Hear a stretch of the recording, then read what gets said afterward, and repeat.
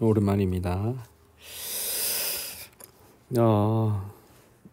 이제 다윗은 압살롬을 죽이지 말고 이렇게 데려올 수 있도록 이렇게 부탁을 했지만 요압은 압살롬을 죽이게 됐고, 이제 어쨌든 간에 다윗을 대적하고 있었던 그런 세력, 압살롬의 세력은 전부 다 이제 마무리되고 정리가 되어 가는 것 같습니다. 그래서 이 전쟁을 통해서 이제 그 소식을 다윗에게 전하게 되는 그런 장면인데요. 다윗이 두 문 사이에 앉아 있는데, 이 두 문이라고 하는 것은 성의 그 외문과 그리고 내문에 대해서 이야기하는 것입니다. 그래서 아마 이제 1차 문 있고 2차 문이 있을 텐데, 여기에서 다윗이 있어서 여기에서 그 소식을 기다리면서 이렇게 있는 모습이죠. 예전에 전쟁이 있었을 때 다윗은 그 전쟁에 어떤 경계나 뭐 그런 걸 하지 않고 옥상에 있다가 바세바가 목욕하는 모습을 보면서 그렇게 있었는데, 그때와는 또 다른 모습을 보게 되죠. 왜, 뭐가 다를까요? 한번 잘 생각해 보시기 바라고. 자, 파수꾼이 있죠. 파수꾼, 뭐 경비병이라고 우리가 생각을 하면 되는데, 성벽과 성문 위 지붕에 올라갔다가 한 사람이 혼자 달려오는 것을 보게 됩니다. 자, 여러분, 어떤 사람이 이제 달려오게 되는데, 성으로 이렇게 귀환하게 될 때 한 명이 달려오는 것과 혹은 이제 그 무리들이 이렇게 오는 것, 이거의 차이가 있는데요. 무슨 차이냐면, 혼자가 오는 것은 무엇이냐면 이제 좋은 소식을 알리기 위하여서 오는 그런 사람입니다. 한편 이제 무리로 오는 사람은 뭐냐면 패잔병인 거죠. 패잔병. 그래서 이제 패배해서 다 같이 돌아오는 것이고, 한 명 모은 곳에서 소식을 전하기 위해서 오는 사람이 그 당시에 이제 관례적이었기 때문에 그렇게 됐는데요. 그래서 파수꾼이 이제 큰 소리로 이 사실을 얘기를 합니다. 오고 있다고. 그래서 왕 다윗은 혼자라면 그 입에 좋은 소식이 있을 것이다, 알고 있는 거죠. 혼자 온 사람은 좋은 사람이다. 그 사람 점점 빨리 달려 점점 가까이 오고 있습니다. 이거 누구예요? 우리 누군지 어제 본문을 묵상했다면 알게 될 텐데, 아히마아스입니다. 그런데 그 사이에 원래 이제 아히마아스가 출발하겠다라고 이렇게 얘기하기 전에, 예루살렘 속으로 하기 전에 구스 사람, 그러니까 에티오피아 사람이 먼저 출발했잖아요. 근데 아히마아스가 자기도 가겠다고 이렇게 해서 먼저 출발한 구스 사람보다 역전해가지고 먼저 오고 있는 모습을 보게 되는 거죠. 굉장히 빨리 마음이 지금 이제 이 소식을 전하고 싶은 마음이 급한 거예요. 또 다른 사람이 이제 연달아서 오는 것을 보고 성문지기를 불러서 말했습니다.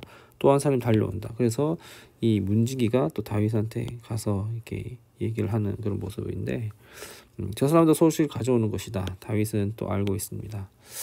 근데 참 다윗은 이제 두 사람이 연달아서 오고 있다라는 것을 이제 알고 있기는 한데, 참 느낌이 쎄할 거예요.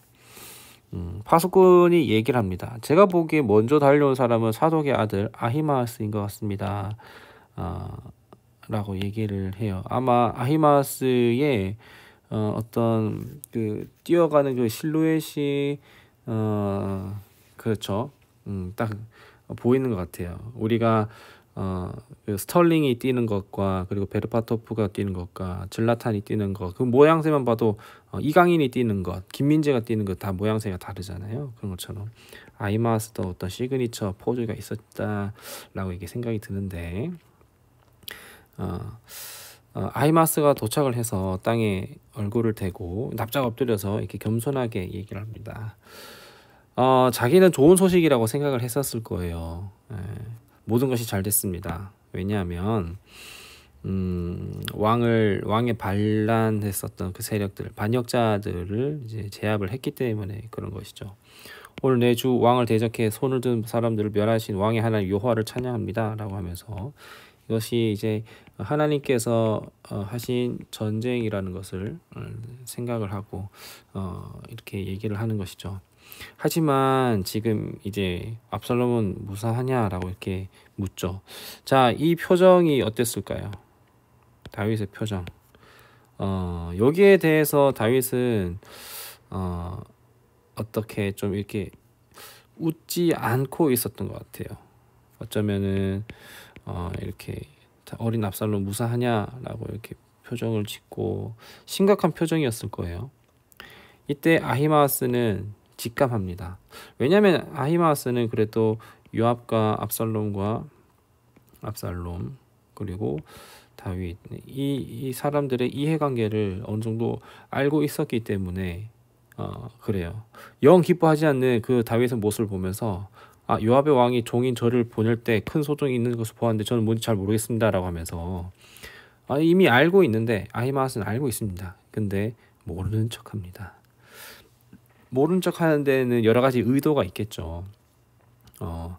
혹시 내가 이 소식을 곧이곧대로 말했다가 그랬다가 그 화를 자기가 당하지 않을까 그렇게 생각을 할 수도 있겠고 아닐 수도 있고 또 한편으로는 지금 이제 다윗이 그 바로 충격을 받을 것 같으니 조금 더 이렇게 기다렸다가 뭐 그 차이가 있을런지 모르겠지만 어쨌든 간에 아히마스는 바로 대답하지 않습니다. 왜냐하면 다윗의 어떤 그런 다 이런 이해관계를 다 알고 있기 때문에 표정도 느끼고 있는 거 있겠죠. 그랬더니 왕이 이제 듣고 싶은 대답을 이제 못 들은 거예요. 이긴 거 진 게 중요한 게 아니라 압살롬이 지금 살아 있느냐 안 살아 있느냐. 요압에게는 분명히 죽이지 말라고 얘기를 했는데 근데 살아 있느냐 안 살아 있느냐 그게 이제 더 중요한 거죠. 그래서 너 나가 있어 봐봐. 이쪽으로 나 비켜봐봐 하면서 그 다음에 온 구스 사람 에티오피 사람을 이제 부르게 됩니다. 에티오피 사람이 이르러서 왕께 왔습니다. 내 주 왕이여 좋은 소식을 들으십시오. 여전히 이제 굿뉴스 자 좋은 소식을 갖고 왔습니다. 네. 여호와께서 오늘 왕을 대항해서 들고 일어난 모든 대적들을 원수들을 다 갚아 주셨습니다. 왕이 에티오피아 사람에게 묻죠. 여전히 똑같이 궁금한 건 이것뿐입니다. 지금 압살롬 살아 있느냐, 생존의 문제, 잘 있느냐, 잘 없느냐. 내 주 왕의 원수들과 왕을 해치려고 들고 일하는 모든 사람들이 그 젊은이와 같이 되기를 빕니다. 직설적으로 얘기하진 않았어요. 그러나 이 대적들이 이 사람과 같이 되기를 원한다라는 것은 무슨 말이냐면 잘 먹고 잘 살면 좋겠다라는 거예요. 다 죽었으면 좋겠다라는 거예요. 다 죽었으면 좋겠다라는 것이죠. 결국 다윗은 이 두 사람이 연달아서 오는 것과 그리고 여기에서 아히마아스가 대답을 회피한 것과 그런 거에 대해서 어느 정도 직감을 하고 있었지만 거기에 대해서 이제 다 듣게 되었을 때 다윗은 너무나도 마음이 아팠습니다. 그리고 나서 통곡을 했죠. 죽음에 대한 애곡이라고도 할 수 있겠고 진짜 마음 가운데에서 마음이 너무 아파서라고 이렇게 얘기를 하고 있는데 그 여기 이제 원어적인 표현을 보면 이게 땅이 진동하고 또 흔들리고 그런 걸 그러니까 다윗의 어떤 감정이 굉장히 극에 달했다라는 것을 표현을 하고 있는데 왕 올라가면서 울먹이면서 말했습니다. 여기서 우리가 좀 주목을 해서 보아야 할 것이 있는데요. 성경에서는 이제 반복이 굉장히 중요합니다.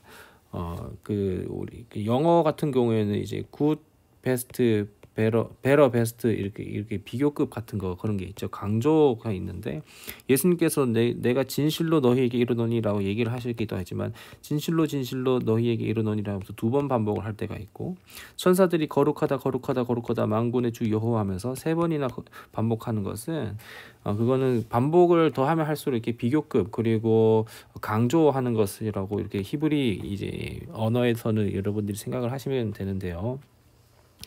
여기에서 내 아들 압살롬아, 내 아들아, 내 아들 압살롬아, 그리고 내 아들아라고 이렇게 얘기를 할 때 일단 여기에서 이렇게 반복해서 하는 것은 다윗이 얼마나 그 슬프는지를 또 이렇게 강조하면서 얘기하는 것이기도 하고 이제 문학적인 그런 표현 그 이상의 그런 표현이기도 합니다. 한편 또 무엇이냐면 두 번째 좀 보고 싶은 거는 내 아들이라고 얘기를 하는 거예요. 내 아들.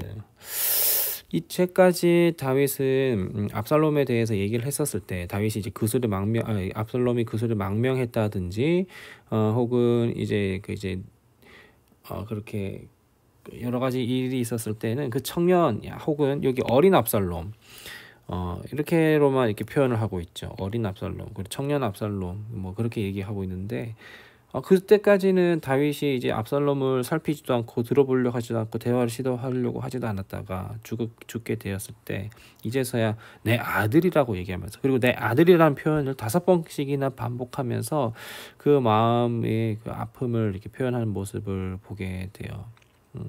다윗은 이게 어쨌든 자기의 생명을 위협하고 그리고 자기의 자리를 위협하는 그런 압살롬, 그 압살롬과 그동안에는 대화조차도 시도하지 않고 그 마음을 달래려고 하지는 않았지만 다말이 죽은 거에 대해서, 그러나 이제서야 늦게라도 이렇게 아파하고 힘들어하는 모습을 보게 됩니다. 근데 여기에서 또 하나 좀 주목하고 싶은 것은 무엇이냐면, 내가 너를 대신해서 죽을 수만 있었다면 이라고 하는 이 얘기인데요.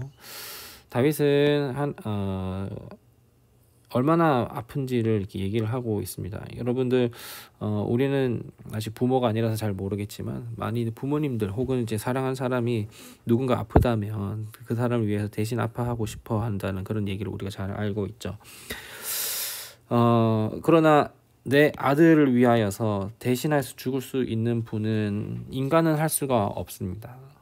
자기 사랑하는 아들을 위하여서, 그 아들을 위해서 대신 죽는 것은 이 땅에 있는 모든 사람들이 할 수가 없고 그 당사자들이 다 받아들여야 되는 일이지만, 유일하게 우리 예수 그리스도 하나님께서는 우리의 죄를 위하여서, 우리의 죽음을 위해서 대신 죽어주신 분이고, 우리는 그분을 믿기만 하면 영생을 얻게 되는 것을 우리가 알게 되지요.